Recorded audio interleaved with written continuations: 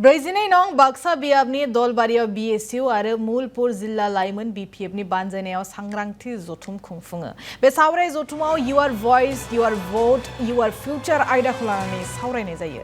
बे सायख'थिखौ बिथा खालामनानै बाक्सानि दलबारियाव मुसलपुर जिल्ला BSU आरो लाइमोन BPFनि खौसे बानजायनायाव लाइमोनफोरखौ लानानै मोनसे सावराय जथुम खुंफुङो। बे आयदानि सायाव बिबुंथि लाखिनो गाहाय आलासि महरै बाहागो लाफैयो मिरु लाइमोन BPFनि लोगो आफादगिरि कास्टम बसुमतारी, BSUनि आफादगिरि सोगोमसार बसुमतारी आरो TCLCCनि मासिगिरि बिक्रम दैमारी बिथांमोना। बे सावरायनाय जथुम हाबाफारियाव बाक्सा विधानसभा बियाबनि 1000सो लाइमोन सेंग्रा सिख्लाफोरा बाहागो लायो।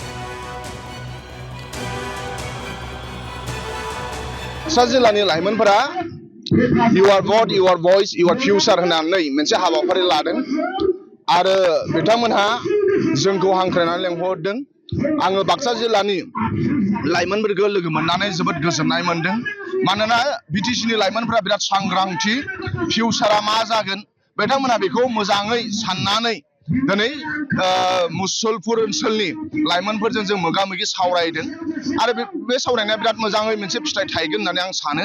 मानोना दिनै लाइमोनफोरा बुजिनो नाजादों, लाइमोनफोरा जोंनिफ्राय मिथिनो नाजादों आरो आथिखालाव मानाव गेदेर हाग्रामा महिलारि सारा मा खामानि मावनो थांगासिनो दङ बेखौ बिथांमोनहा मिथिनानै लानो नागिरदों आरो बिथांमोनहा बिराद इन्टारेस्टिं ना। मानोना हाग्रामा महिलारि सारा जेरैबायदि BTC ओनसोलाव जौगानायनि खामानि मावदों, 125 एमेन्डमेन्ट बिलखौ लानानै बिथांमोनहा बुजिनो लुबैदों।